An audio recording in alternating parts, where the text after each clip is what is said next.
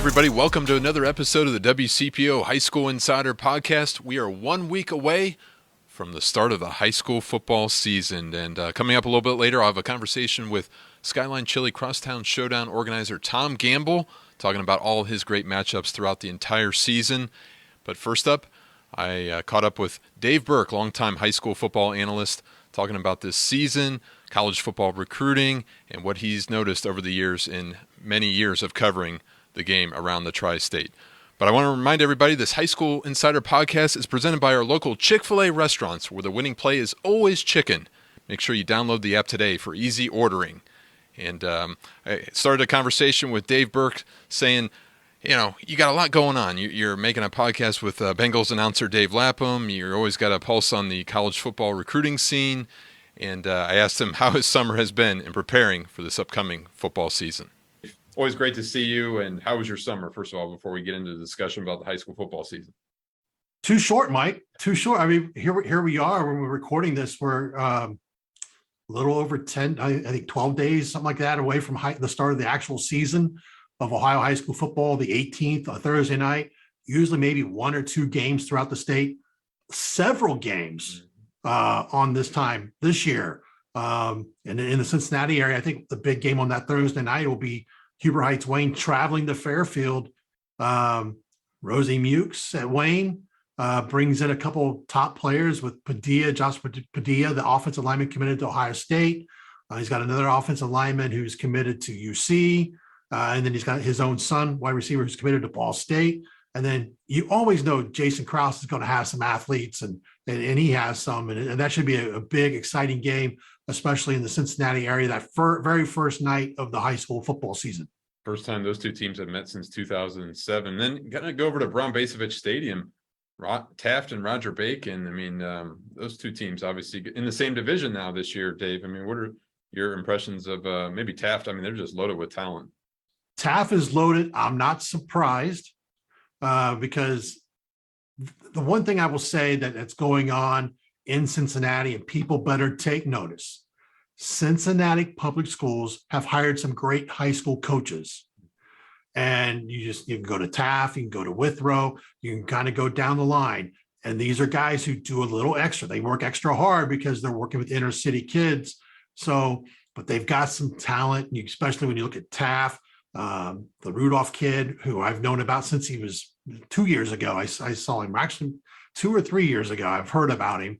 And then I saw him at they did a spring workout a while back, and he just stood out. And I thought he was going to be a big time prospect. So not surprised there, but Taft is a team to watch for sure. I think they had 8 players get offered by Purdue this past spring, which was quite interesting. But I don't put too much into that, Mike. I know. Yeah. Well, let's kind of go a little bit about that to the recruiting world before we kind of go into some teams to watch. Maybe you've done this for a long time. You've seen so many changes. We all know what's going on in the landscape of college football right now. At least we think we do, because tomorrow it'll be something totally different. But what's kind of your impressions of how things are going still? Now people keep talking about, is the COVID stuff done as far as, the extra year and these high school kids are getting squeezed in many aspects. What's your kind of take on this as you kind of look at 23 and beyond? Well, I think the biggest thing that's hurting high school football recruiting is not so much what happened with COVID. COVID happened. It did hurt kids, not able to get out to camps for a summer, especially those kids who are now, believe it or not, they've already graduated, the ones that affected the most. And so you had some kids who probably would have been recruited some other schools had they had the opportunity to get out there, but COVID canceled all the camps. Biggest thing that's changing high school recruiting is the transfer portal and the ease of a player to be able to move from one team to another. And that's not anything bad against, it's for the player, but it's gotten crazy. And you have some colleges not even recruiting high school kids, only recruiting from the portal. And while, locally, Cincinnati is going to benefit from having Corey Kiner as a running back at the University of Cincinnati, instead of him being in LSU, you've got, it's a mad exodus of all over. And I think you're going to still see that. A lot of kids leaving, especially probably for another year or two because of COVID, because you have kids going into programs this year who didn't get as much time to spend to go out and visit a school and get to know the coaches and so forth. But the class that Corey Kiner came out of, that class was really hurt hard because some kids committed to schools, signed with schools, never visited with schools. I had college coaches telling me, hey, I've never met the kid. I've never met his parents. I've never shook his hand. I've never looked him in the eye. And when that happens, you and I both know, you get kids that get into a situation, they go, man, I'm homesick. I don't like it here. Whatever I'm too far down the depth chart, whatever the case may be. And they have an easy exit now to go someplace else. And that affects all the way down to high school recruiting. And a lot of kids, you would sit there and say, okay, that kid's a MAC kid, minimum. He's going to have at least some Mid-American Conference offers. May not get those now because the Mid-American Conference schools can go and look at kids leaving Power 5 schools, or even bringing kids up from D2 who got overlooked because of what happened with COVID. So a lot of changes that way, but we get into offers. I mean, this is nothing new, and I've had that conversation in the past. Offers don't mean squat until pen hits paper on National Signing Day. And, kids all the time are learning that just because a coach comes in, and a lot of times it's not against the college coach, it's not against the kid, especially. A coach comes in and says, oh yeah, he's got an offer. And I'm not going to name schools. And but at the same time, there's some schools that do it a lot. And there's a lot of schools who don't do that. And I respect those schools, even more because they're being cautious in what they do recruiting. And we get into, when we look at some of the national recruiting stuff, if as a reporter, it came from that world, you can only go off what a kid tells you or a high school coach tells you. And so you report it because that's what people want.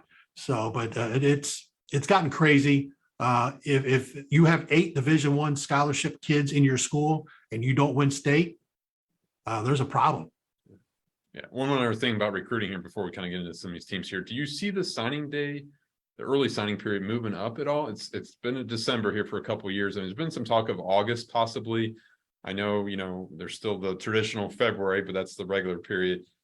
Do you think this December is here to stay, or do you think that you could see a possibility of it moving up sometime? The February signing day right now is almost non-existent. It's not what it used to be. That was the big day. Then the early signing period came in.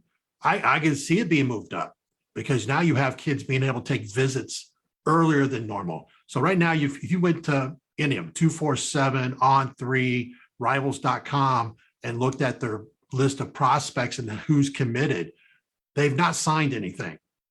And the problem you get into is, when do you want to take that signature? Because I guarantee you, while there's kids committed to a school, you and I both know, we've seen it many times, at any given time, a college coach or staff could go, man, I didn't think we could recruit this kid in another state or in our backyard or whatever.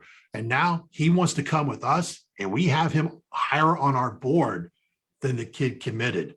And they try to find a way out of it. So again, because of the transfer rules, you can sign them and let them go. But I mean, at the same time, I just, I don't know. Signing days have almost become mute.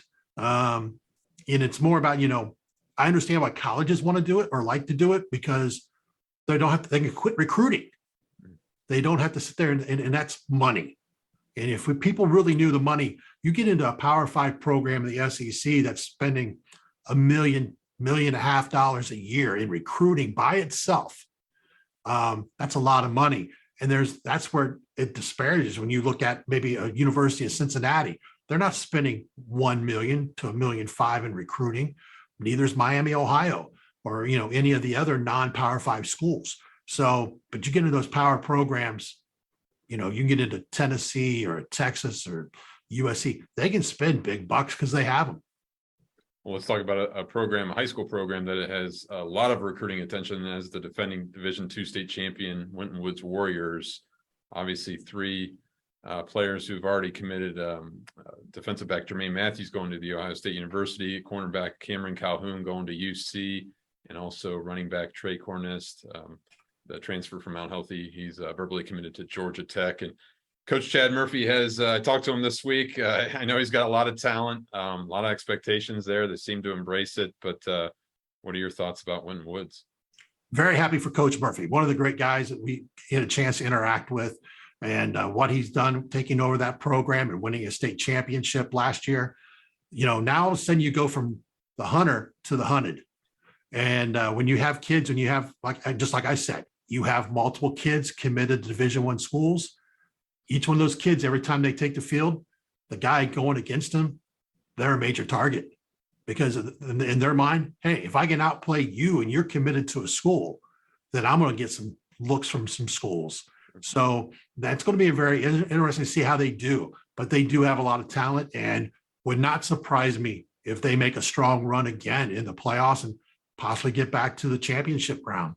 We could go to a lot of different teams here around the divisions here, Dave, but one team that's going to be in the spotlight, and they've already been picked as preseason number 1 in Division I, is Lakota West. And Coach Tom Bolden, he's mentioned it a couple times this summer about, I've seen interviews about, hey, we've been in the regional final 2 straight years. We're ready for the next step. Got to knock down the wall. Yeah, exactly. And again, he knows how to do it. He proved that at Colerain. And, it's just a matter, everything should be in place. And they should be the team in Division I to really, really watch. If you had to pick a favorite today in Southwest Ohio for Division I, that would be the team to really watch, because they have it on both sides of the football. They have it on offense.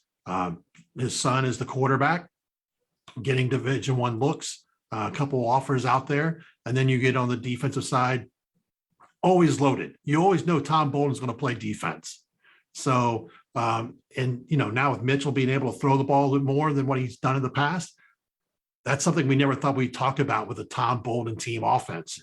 And that could be a difference. But I mean, they're going to have a target on their back, but they would be the team going in right now that you would have to say in the Cincinnati area, Division I, you really have to watch, probably followed by Moeller.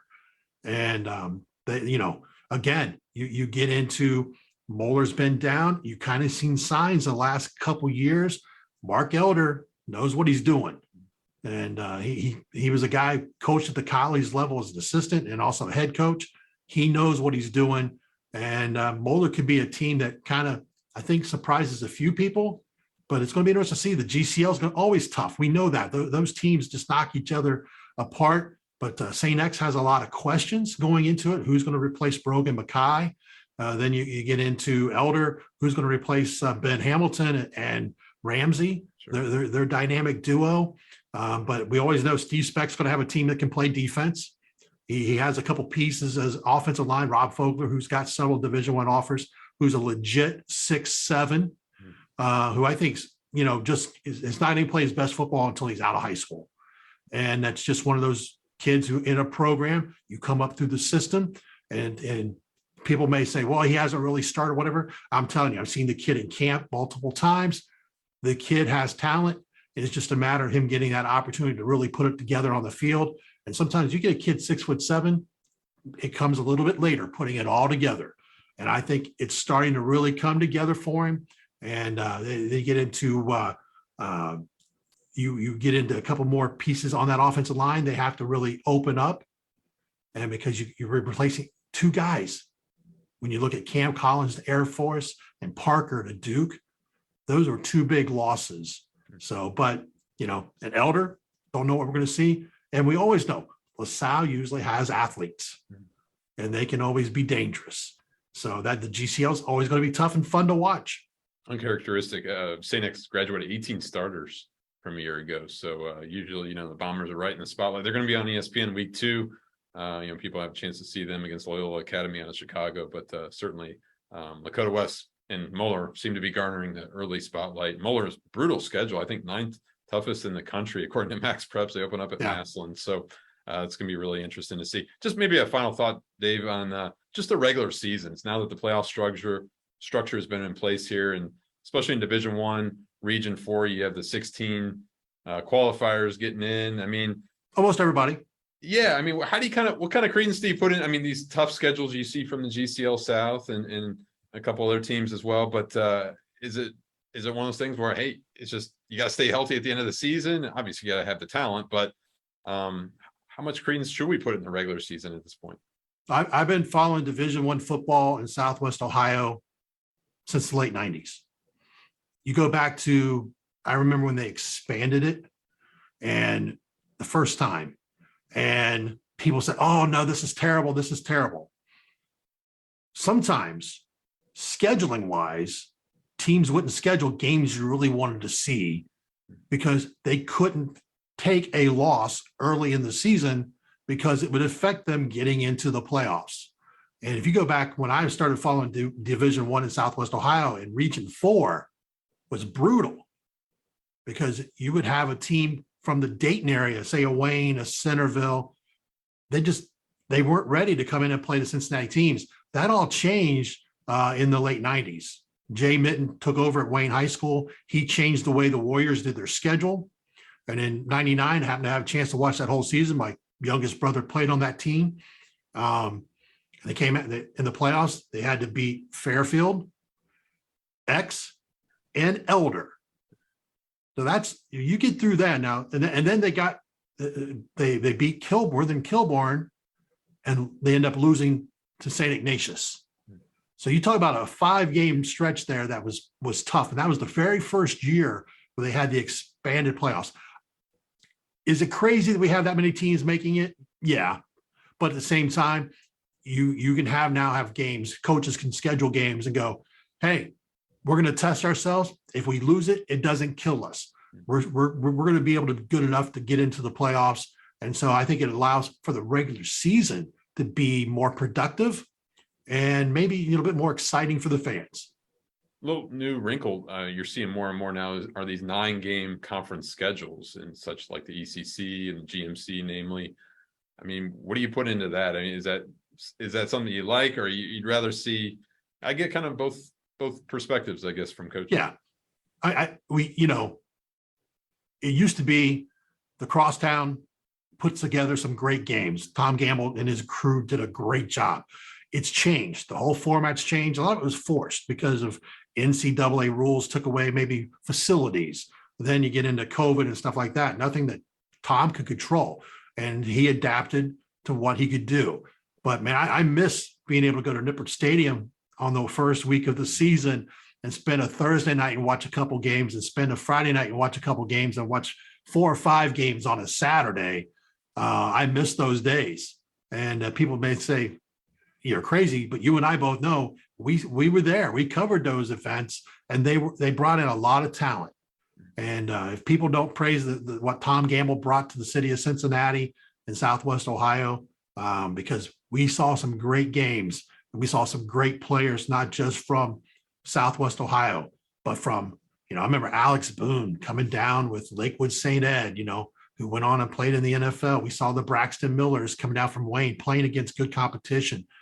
So we've seen, some great players. So it's sad because we don't see as many of those games that, maybe a team from a top team from another part of the country come into Cincinnati and play, or from another part of Ohio. But conferences got to do, especially with expense. You look at this year, the economy, fuel, the way it is. It's probably just the way it's going to be, because you try to keep everything as close as possible and keep money within your conference and within your schools. And like you said, those were fun days because you knew that some of those guys were going to be playing on Sundays. So maybe one day that will return. But Dave, where can people follow you throughout the season? And, how can they learn a little bit more about what you do when you cover these high school football games? Best place is Twitter at Dave_Burke, BERK is probably the best place to go. And then I got to give a shout to my guy, Dave Lapham, hardest working man I know. I get the lucky part of getting to sit behind while he's doing all these great interviews on his In the Trenches with Dave Lapham video cast on YouTube and podcast. So thanks to First Star Logistics. So that's I'm there sometimes on the live streams. I get to put my voice in, but Dave Lapham, you talk about a hardworking man, and he's a great guy. So to be able to spend time with him during the football season, I've learned a lot. This is the fun time. You get the best of both worlds, Dave. high Oh, school game, you get Fridays, you get the discussion during the week, you get to watch college and pro games on the weekend. the last few years, because of one guy, Joe Burrow, that has been fun to watch because people doubted Scott Reed, as you know Scott from all the great photographers working. Him and I used to go to a bunch of games, and one of the games we went to was when Joe Burrow was at Athens High School during the playoffs his junior year, and I came away and I told Scott, best high school quarterback I had evaluated. And I called one of my, at that time at scout.com, which is now part of the whole 247 situation there. But I mean, I called one of the guys there and said, hey, he goes, well, what about Braxton Miller? And I said, Braxton, great athlete. But it was just something about Joe Burrow, and it's the it factor. And he has the it factor, and people see that now. But I told people I saw it back then, and I wrote about it. And not to slight anybody I ever covers. I've had the pleasure of covering a lot of great high school players.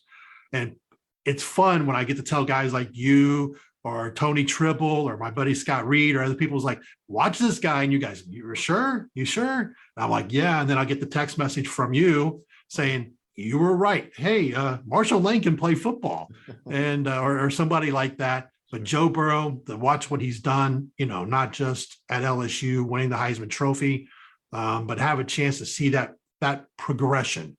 And people go, oh, you saw that. No one can ever tell you that a kid's going to win a Heisman Trophy, is going to take a team to the Super Bowl, be the number one pick overall in a draft. No, but you see the talent and they have an opportunity. And there's so much more that goes into it because opportunity, when you get that opportunity, so many other things to get your way. So do you stay healthy? Do you do all the right things off the field? Do you even get the opportunity to take the snaps on the field wherever you go? And I tell people all the time, kudos to Joe Burrow. He graduated Ohio State in 3 years, was able to, before the rule changes, was able to leave as a grad transfer and play 2 years at LSU. And that changed his life. No doubt about it. So, yep. But to watch Joe Burrow take the Bengals, for me, it's fun because Joe Burrow is not the only kid I've had the chance to. I covered Kevin Huber, Drew Chrisman. Those two are battling it out. Marcus Bailey was a kid that I was high on. Was coming out. Sam Hubbard. I remember telling Sam Hubbard, interviewing him after a Crosstown game they played at Kings High School, and I said, you're a Division I prospect. He goes, no, I'm a lacrosse player, man. I'm committed to Notre Dame to play lacrosse. I said, not anymore. And I still have some of those interviews, the video interviews I was able to do with those guys and to see guys like that. And I know I'm leaving a couple of guys out as well. T. Gary Scales is trying to make the Bengals right now. Another great kid. You hope those guys have success. And it's fun watching that. Longtime Bengal fan. And, but I mean, that's, see how that is gone. Like I said, I had the pleasure last summer of going with Dave Lapham down to the stadium and spending over an hour with Mike Brown. And I think, as a fan, I came away going, very misunderstood. And it was just a pleasure to get the chance to interact with him and see what he was really like, and came away very impressed. And you see the difference. I think people, the fans, it's not just Joe Burrow. It's everybody involved from management all the way down.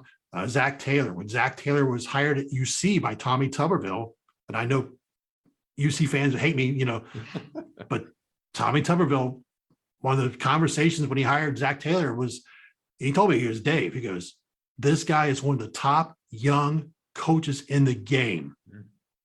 It's proving out that he was right. No doubt. So, but yeah, this is just the fun. We get to see this early part. We go through these names. Who in these names, we've talked about, and all the names we didn't talk about that are committed to Division I schools, who's that next guy that becomes, a David Montgomery, Eagle Scout? People probably don't even know that. Eagle Scout. Right. Yeah. Great human being off the field. I mean, and you and I both had the chance to cover him when he was at Mount Healthy and watch that development, and then we were out. I know you were out this spring with the schools. One of the best things has happened in Cincinnati and in the Dayton area. And Chris Gillum needs a lot of credit. Princeton High School put together And Chris had called me a few years ago and he said, "Hey, how can I get more college coaches here?"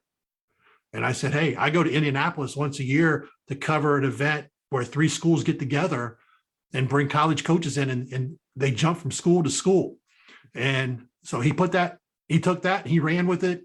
And as you and I both know, there's about 3 days in May, I think it is, if I remember correctly. Yeah. That's how quickly things go, where we get a chance to go in and see these kids on the field, because Ohio doesn't have spring football, and these college coaches show up.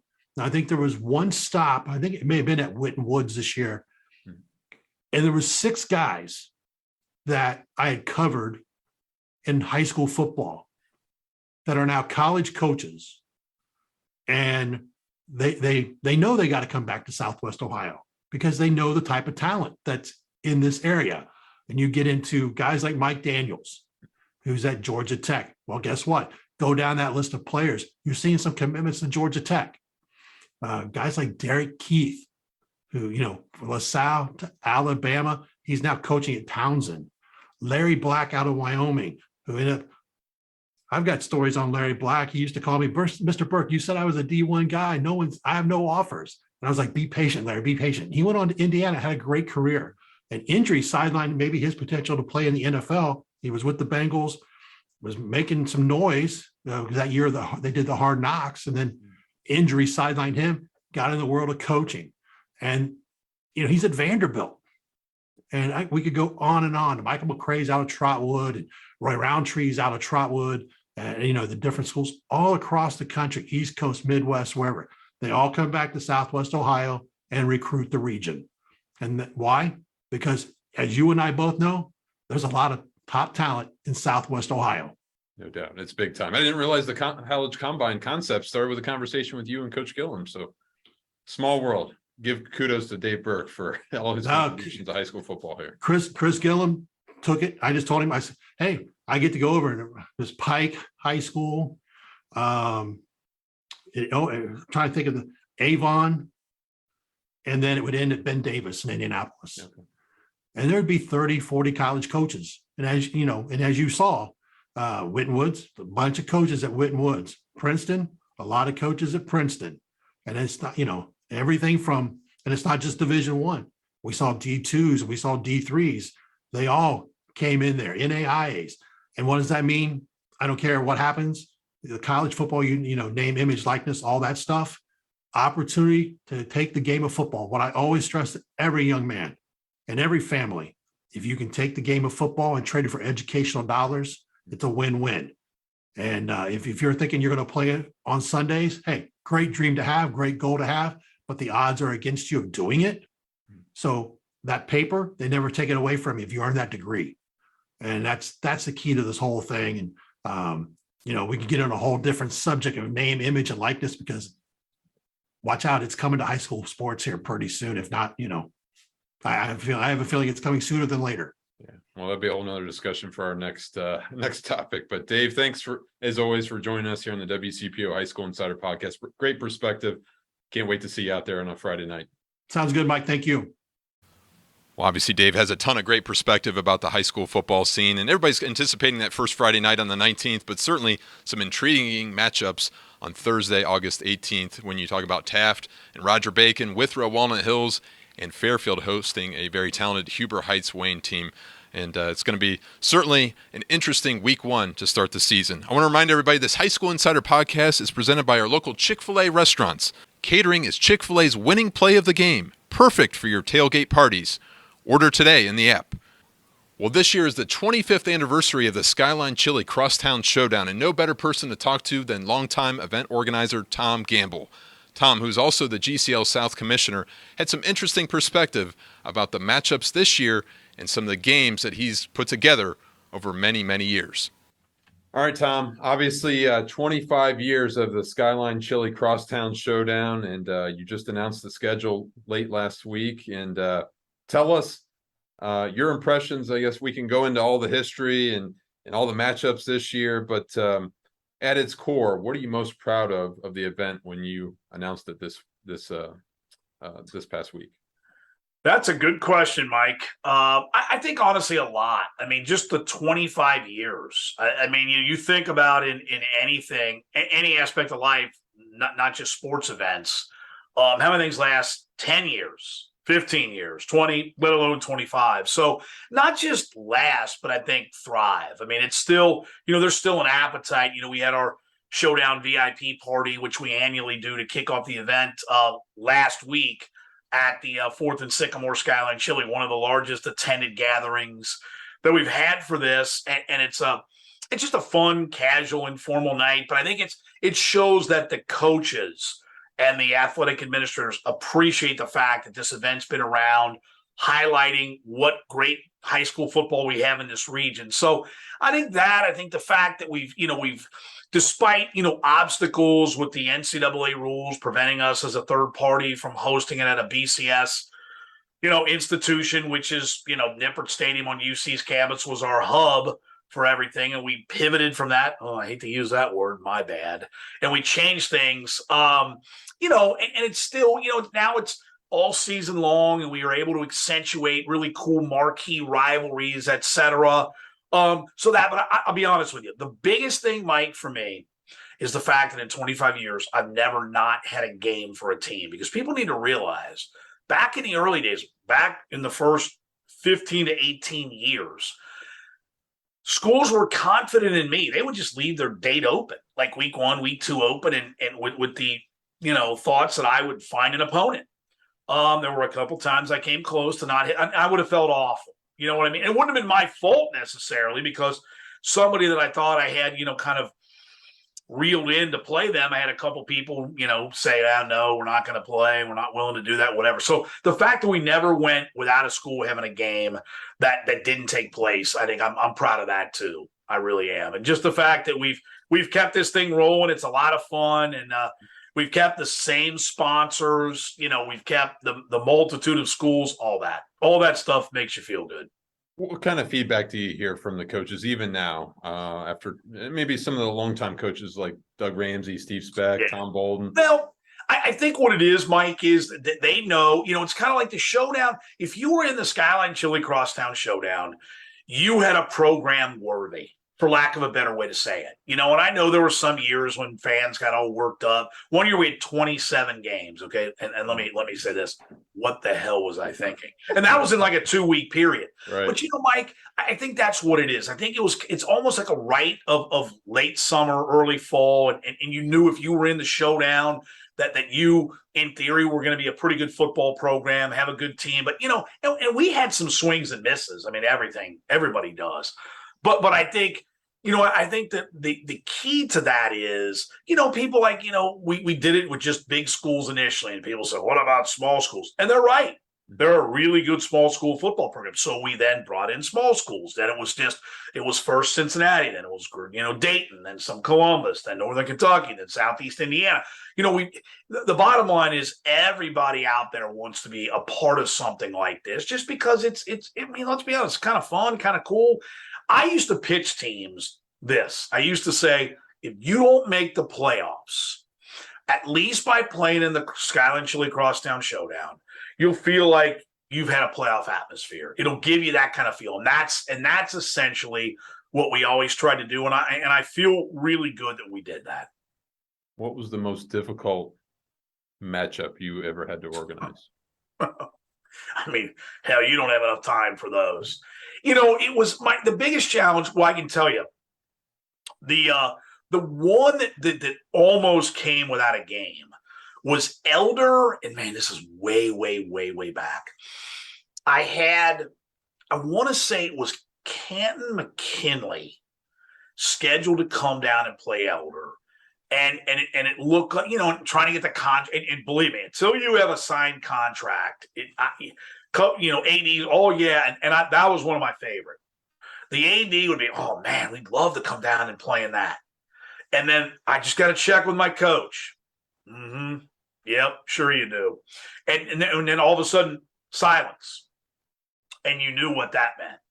But there was one year, and Cuyahoga Falls Walsh Jesuit filled that spot, because I'm telling you, I was scouring, and it wasn't as, from a technological aspect back in the late 90s, early 2000s, it wasn't like today, right? Where you could much easier find teams with openings, et cetera. So that was probably, but I mean, Mike, honest to God, back in the early days, I'd line up like 5 or 6 teams and know that they were just going to be brutal to find opponents for. And it was funny. I remember, I want to say it was Scott Kaufman when he was at Princeton. And, Princeton, let's be honest, back in the 70s and 80s, it was Princeton and Moeller. I mean, they were the juggernauts, right? And Princeton had some times where not that they were not very good, but they weren't at that same status. And he used to tell me, he goes, Tom, I can't get anybody to play us because they still think we're those teams. You know what I mean? And once you get a reputation, it doesn't matter. I mean, you can tell people, and I love that. Well, we're not going to be as good. We lost this. Coaches know. And Mike, and I can say this confidently. I don't hesitate to say this. Coaches preach to their kids what? Oh man, if you want to be the best, you got to play the best. You got to work harder. You can't be afraid of anybody. Really? Some of them needed to stand in front of a mirror because there were some brutal decisions by coaches who, and one of the lines I used to always say is, have you asked your kids? Have you gone and really said to your kids, we have this option or that option? And what? Kids want to play the best. They do. Look, and here's the other piece I used to tell coaches, like, dude, this is not an automatic victory. This is designed to showcase great high school football. And a great high school football is a game that comes down to the last possession. It's not 55-3. Right. Like coaches would bring me opponents. I'm like, you're not serious, right? You want to play them in the showdown at Nipper. Really? I mean, no. So the scheduling aspect of this was a nightmare, an absolute nightmare.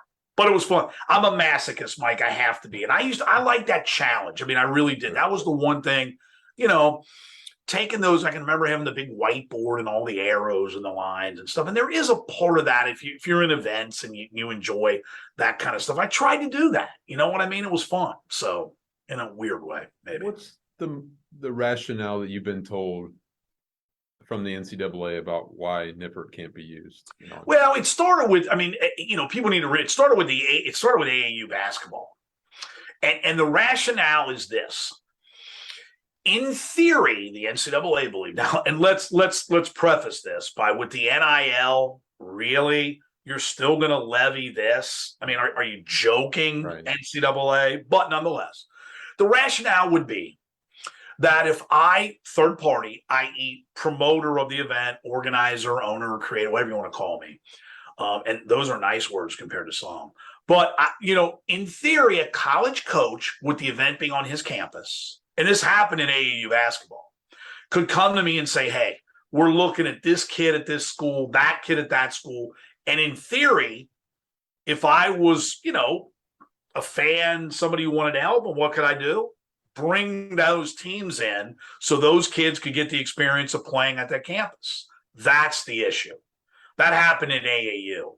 So in essence, what they perceive that to be is an unfair recruiting advantage. I don't think it's anything more than that. I really don't. That'll be interesting because I'm going to go back to the NCAA now with the NIL. I mean, come on, right? I was just going to ask you, when's the last time you asked them? Well, what I typically do is I'll start with UC's compliance office, and I'll let them, because they're the ones that, because the last thing I ever wanted to do with this event is get anybody in any kind of trouble. As you well know, Mike, I've always tried to do things the right way, and that's the one thing. But I think it's time to ask again. I do. I got to be honest with you, though. I kind of like over the entire season and having a big game on a Friday night on a high school campus. It's kind of cool. I mean, don't get me wrong. I love the Nippert. And now the funny part was, if you think about this, when we had the games at Nippert, it wasn't quote unquote so cool to play football at UC. Now it is, right? I mean, so I think that could be kind of fun too. So, I'm going to revisit that because I think I owe it. And if I could do that again and stage that down there, I think it'd be well worth it. We could talk about every one of these weeks, and I know I don't want to take up a ton of your time, but what excites you most about, especially those early games, so those 2 Thursday night games, Well, I mean, huge I Indiana think matchup. Go ahead. yeah, there's a lot of cool matchups. I mean, I've got some like classic, Moeller St. X, Elder LaSalle, Coleraine Princeton, Lakota East, Lakota West, Anderson Turpin. But the Huber Heights, Wayne, Fairfield, and now you're down to the GMC with the one, non-league week, which is this one, and that's a kind of Thursday night lights, if you will. So I think Wayne's been a perennial, really good, and that's the thing we tried to do this year. Try to get some hot matchups for now, but also reward some teams that have been in this thing a long time. Wayne's been a kind of a constant from the greater Dayton area. Fairfield should be pretty good. That's a good matchup.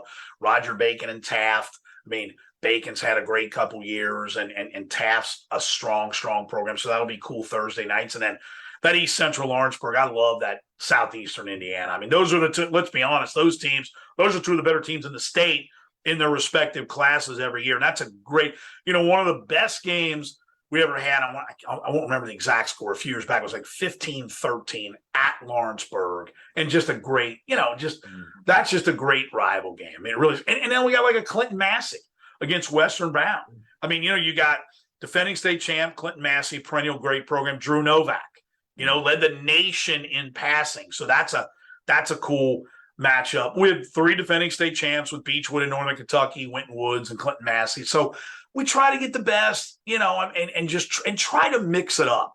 Try to have, we've always tried to have some small. We've got 3 Northern Kentucky games, 1 Southeast Indiana, 2 Dayton schools. Alter coming down to play McNick. So I think we've got some really good games. How many more years will the Showdown go? That's a great question. But Mike, I think it's people still like it. I mean, let's be honest, people love high school football. They love their community. They love the Friday nights or a big kickoff, splash kind of deal. I mean, I don't know, as long as they want it. I mean, Skyline Chili's been an awesome spot. You got to have sponsors. I mean, people always, the shill for the spot, but you have to. And when you think of the essence of the Skyline brand, I mean, it's Friday night, right? Community. You want to go down Skyline, grab a 3-way and some conies? Sure. And we've had Mercy Health, Orthopedics and Sports Medicine, Meyer. You don't have those sponsors. You don't have an event because they make it possible for us to do all the stuff we do. And we've really done a lot of digital, and we'll go that way again this year. I mean, a lot of, and Mike, I mean, that's your world now. I mean, you and I are old school journalists, man, but who've become, I know, especially you do a hell of a job with it. You're new school now because you have to be. Sure. That's what people want. And we'll do daily features on our Twitter at Xtown Showdown. We have to. I mean, we want to keep people engaged and look back at some of the memories. And we'll be looking at some of those games, that over the years were some of the great ones. And people ask me all the time, do you have there's probably 15 to 20 games that are the most memorable.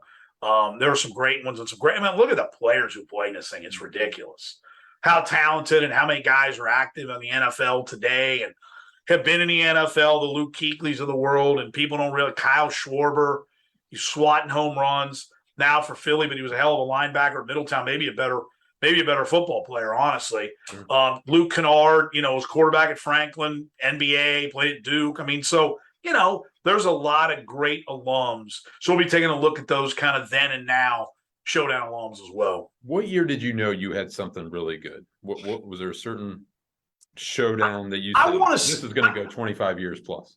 Well, I don't think I ever looked that way, but I think probably in like years 3 to 5 when we had those, and that it was tough getting those matches. When you remember some of those great, like, when Kerry Combs was at Coleraine and some of those Coleraine Elder and Coleraine St. X and some of those, Moeller Princeton, we got that back. I would say 3 to 5. Well, and even year 2 when we got that Thursday night game between Edgewood and Kings and started to do some different things. It was, but you never know because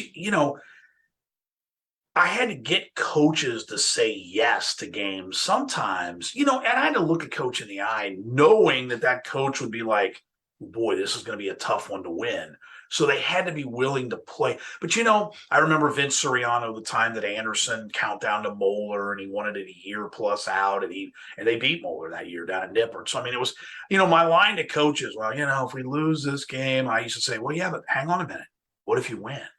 And that was, and let's be honest, in today's playoff format, I think with, pretty much everybody gets in, I think they'd be a lot more inclined to take those matchups. We're talking about a day when 4 teams made it. Sure. Then it got to be 8. Then we got the, the watering down of everything. But that's, that made it a little more difficult. It was kind of funny when people mostly thought scheduling when it went from 4 to 8, well, it'll be easier now, actually made it harder. Because as you well know, coaches, and especially those who are good at math, they would take that schedule and they would figure out we got to win this amount of games and we're in. Sure. So it actually made it more difficult because if you were a 6 through 8 and you didn't want to mess up that 6 through 8 by taking a risk. If you knew you had to be top 4, maybe you had to play somebody a little better and beat them. So it's always been, as you well know, the computer ratings in Ohio. I like them. I don't have an issue. I mean, you ought to be good enough to make the postseason. I used to tell these coaches, look, man, if you don't beat them, you shouldn't go in the playoffs anyway. But then I get it. I'm not a coach. And, when your job depends on wins and experience and, all that, I understand all that. What are you looking forward to the most in the GCL South this school year? I think it's going to be an interesting year. I really do. I think Moeller returns. Moeller's got a lot of talent coming back. They had a lot of young kids last year, made a good run in the postseason. You hear people say St. X is down and this, and I mean, time will tell. Because they all play difficult schedules. They lost a lot. They lost a lot of frontline guys, but so did Elder and so did LaSalle. So I don't know. I think it's the competition, Mike, in this league is just always so good. It really is. So even on a year when somebody maybe isn't as good as they've been on a given Friday, and I hate that, it's the oldest cliche in the world, but it's true. In the GCL South, it's true. It really is. How's your commissioner job changed? Or does it stay the same every year? It's changed a little bit. It's, I just try to be as supportive of these 4 schools as I can be. And I've got a great group of athletic directors now. And there's been a little transition going on at Moeller. But, we just try to make sure that, that the school. And I think the biggest thing about the GCL South is it's hard to not talk football, but this is a great league in everything. Sure. Excuse me. You look at volleyball in the spring, you look at lacrosse, you look at soccer the last few years. It's really, really good. So I think that's the thing that, and obviously cross country and track and field and golf. That's the thing about the GCL. It's easy to focus on football in the fall and basketball in the winter, but it's a good league top to bottom in all the sports. How can people follow the coverage of the Crosstown Showdown? Twitter at Xtown Showdown. We'll have daily updates starting Monday, and hopefully some cool stuff on there, some interviews, some videos, and Twitter. I'm learning things every day, Mike. Or people are telling me things every day. But it's at Xtown Showdown. Like, follow, and tell a friend. Mike. It is kind of the digital world is interesting. It really and truly is. And the digital world gives a voice to many who shouldn't have one. And you know that too. Oh, yes. Right? It's, don't read the comments all the time. Just got to move on. Don't read the timeline. And I would tell Fred in his basement, writing the comments, get a life. Exactly. Get out once in a while, Fred. This is great. It's so brutal. I just wait. And you got to love that too. If you rank teams like you do, or you do anything like that, it's just, so I'll give you a quick funny story. Somebody posted one of your competitors, I won't mention their name out of respect, posted a top 25 players. No, Mike, it was you. It was you. Top 25 players? I did a 20th anniversary team 5 years Didn't you do one recently, though? No, it wasn't. Didn't you are you sure?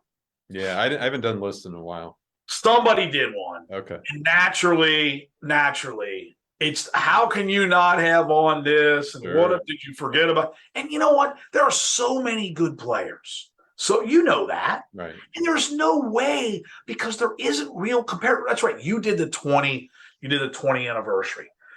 And you can't, how do you compare? You know what I mean? Right. You can't compare. As soon as you put that out, there's another player that emerges and it's already old. Now, So, now this is before the showdown, but you can't compare Mark Edwards and Carlos Snow and Jeremy Larkin. You can't. They play different eras, different team. I mean, but you know what? I think you'll agree with me though.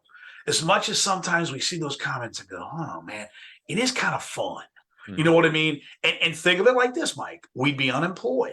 Right. If people weren't interested. Shows they care. Right. So it does. It's kind of like coaching. When you're at a school where no one cares, do you really want to coach? So while you get a lot of hell at places where they care, some of it just people are just idiots, right? You just got to learn some of those people. You just got to not pay attention to them. But, my youngest son plays football, and there's a reason why I stand by myself at games. Skyline Chili Crosstown Showdown organizer Tom Gamble. Tom, always appreciate the perspective. Thanks for joining me here on the Mike. You got it. I'll be looking forward to your coverage, and I'm still waiting, Mike. Still waiting for some of those sandwiches to arrive in the mail. So I'll check my mailbox Very tomorrow. good. Appreciate it, man. Well, as Tom just mentioned there, it's very difficult to compare eras when you talk about 25 years of a high school football event. The debate will continue about this year's players compared to when he first started the event back in the late 1990s. But I appreciate Tom Gamble and Dave Burke for all their perspective here about the high school football scene. We're going to have all the coverage for you starting next week. We have a couple of Thursday night games, as I mentioned, and then everything gets going on Friday, August 19th. We'll have the Friday Night Frenzy as well. You want to make sure you stay tuned to WCPO 9 Sports and WCPO.com for all of your coverage as the high school football season starts. Next week, we're going to have a conversation with Mark Porter, the director of ScoutingOhio.com. He's also Bucknuts recruiting analyst. He's going to talk a little bit more about college football recruiting around the state of Ohio as 712 schools prepare for the Ohio high school football season. Thanks again for listening and watching. We'll talk to you next week.